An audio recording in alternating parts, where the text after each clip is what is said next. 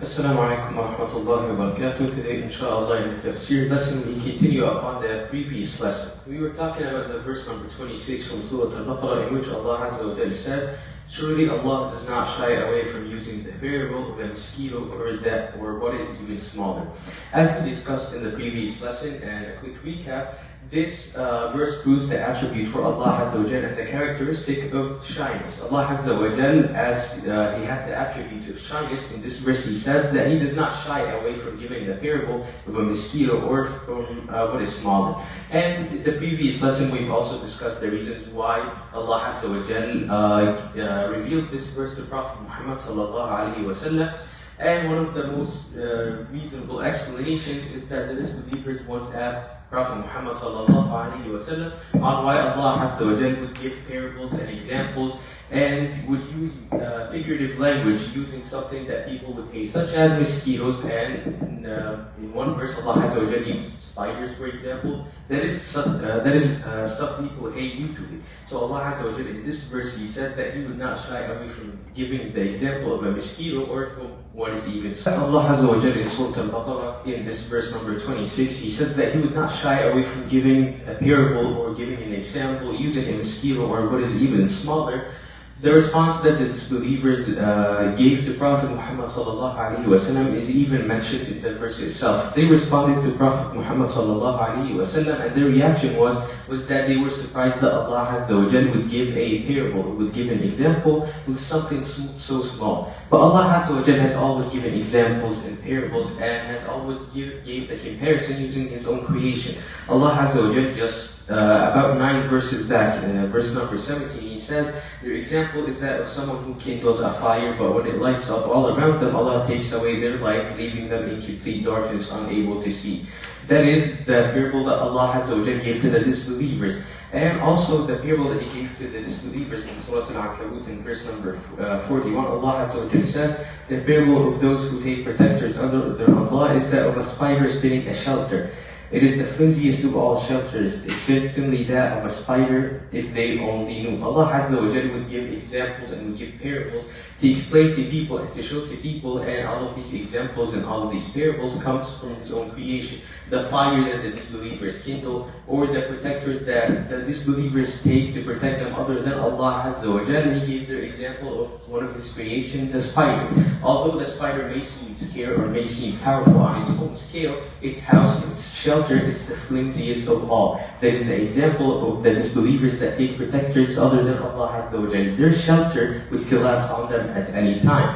So Allah Azza wa Jal wouldn't shy away from giving any example to explain to the people and to let them know. As Allah Azza wa Jal gives many parables and gives many examples in the Quran, often most they are either about the general people, about the general creation that Allah Azza wa Jal has created, or they are mostly about the disbelievers who are mentioned in these examples.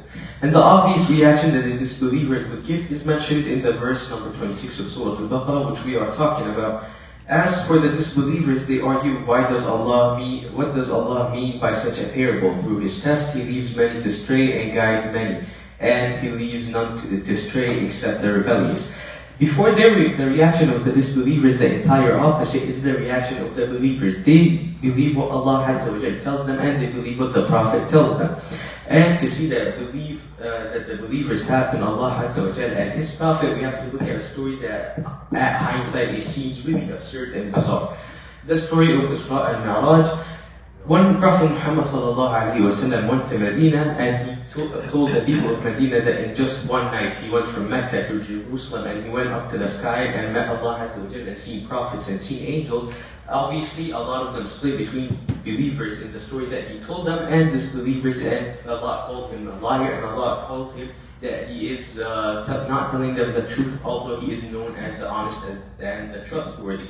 So the disbelievers, the people that accused the Prophet of being a liar, went to his best friend to confirm his story. They went to the companion Abu Bakr, and when they told him that the Prophet is telling them a story of him going to Jerusalem and going up to the seventh sky just in one night and coming back, he said that if he told me he went up to the heaven and came back, I would still believe him.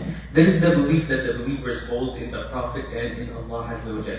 Because the belief in faith, the belief in Islam isn't something that you can pick and choose about. One of the criticisms that Allah Azza wa Jal tells us about the people of the book the Christians and the Jews is that they believed in some aspects of the faith and they left out whatever they didn't like. They picked and choose whatever they wanted to follow. But faith in Allah Azza wa Jalla and faith in Prophet Muhammad sallallahu alaihi wasallam, your belief in Islam is one package that you choose as a whole. Either you remain a Muslim and you accept all of the rules and all of the commandments that Allah Azza wa Jalla gives to you, or you leave it entirely and you receive the punishment that Allah Azza wa Jalla. As for the people of belief that are mentioned in the verse, as long as they find a solid reason, as long as they find any proof or evidence, they would follow whatever Allah Azza wa Jalla and the Prophet tells them to follow. But the people of disbelief continue to question no matter how much truth and how much evidence they see.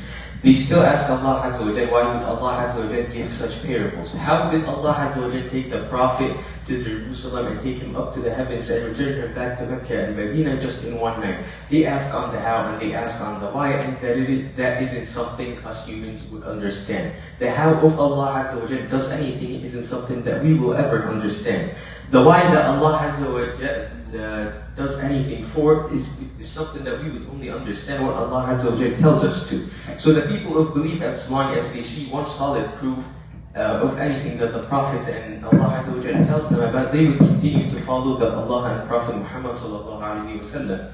And that is to have faith in Allah Azza wa Jalla, and that is to have faith in Islam. When you raise up your hands to ask Allah Azza wa Jalla for any wishes or for any prayers, none of them will be accepted unless you have your full trust in Allah Azza wa Jalla that He would accept your prayers and He would accept your wishes, or He will reward you with something better. You need to have faith in Allah Azza wa Jalla, and you need to believe in Allah Azza wa Jalla no matter